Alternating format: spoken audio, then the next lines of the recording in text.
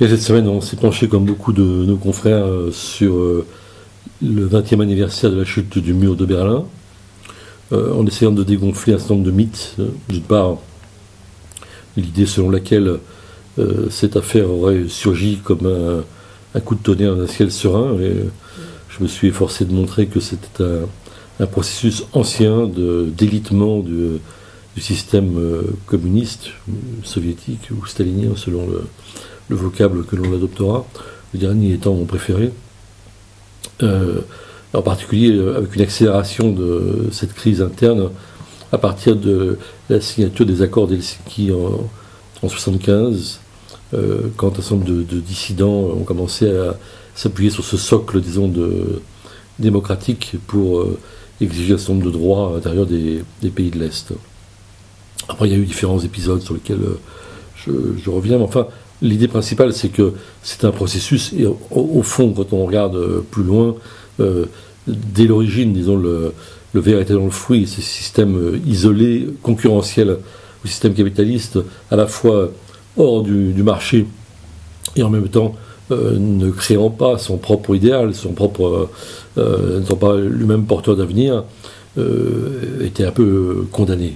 Si on y regarde de plus près maintenant, la surprise, c'est évidemment la rapidité avec laquelle ça s'est fait, et personne n'aurait pu dire les dates.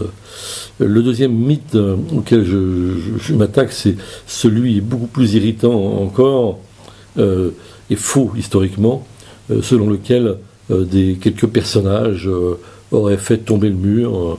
Alors, ça a longtemps été Jean-Paul II. Et puis là, je voyais que Angela Merkel a fait venir à Berlin pour les célébrations trois nobles vieillards qui sont Helmut Kohl, George Bush Senior et Mikhail Gorbatchev. Alors, c'est assez étrange de voir ces trois personnages rassemblés. C'est un peu comme dans les Trois Mousquetaires d'Alexandre Dumas, c'est 20 ans après, et les mousquetaires sont plus très beaux à voir. Mais surtout, ils n'ont pas du tout joué le même rôle. On peut dire que le seul des trois qui a joué un rôle, c'est Gorbatchev.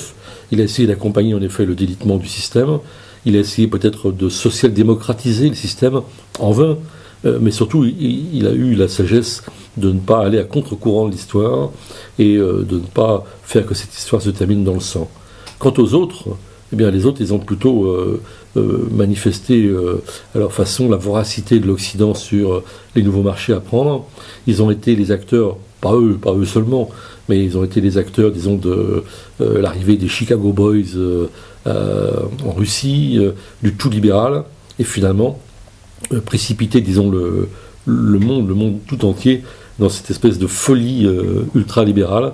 Et ce qui manque pas de saveur, c'est que finalement, cette époque-là d'aujourd'hui, ce 20e anniversaire, non seulement c'est le 20e anniversaire de la chute du mur, mais c'est la fin d'un cycle, je crois, avec la crise que l'on connaît, qui balaye tous les discours et toutes les illusions qui ont été prononcées à cette époque, c'est-à-dire en novembre 89. La chute des illusions et la chute des discours, sans doute avec l'anniversaire de la chute du mur, mais pour autant, effectivement, ce n'est pas du tout la chute du capitalisme, parce que pour ça, il faudrait qu'il y ait des alternatives, et les alternatives, pour l'instant, elles sont embryonnaires, hélas.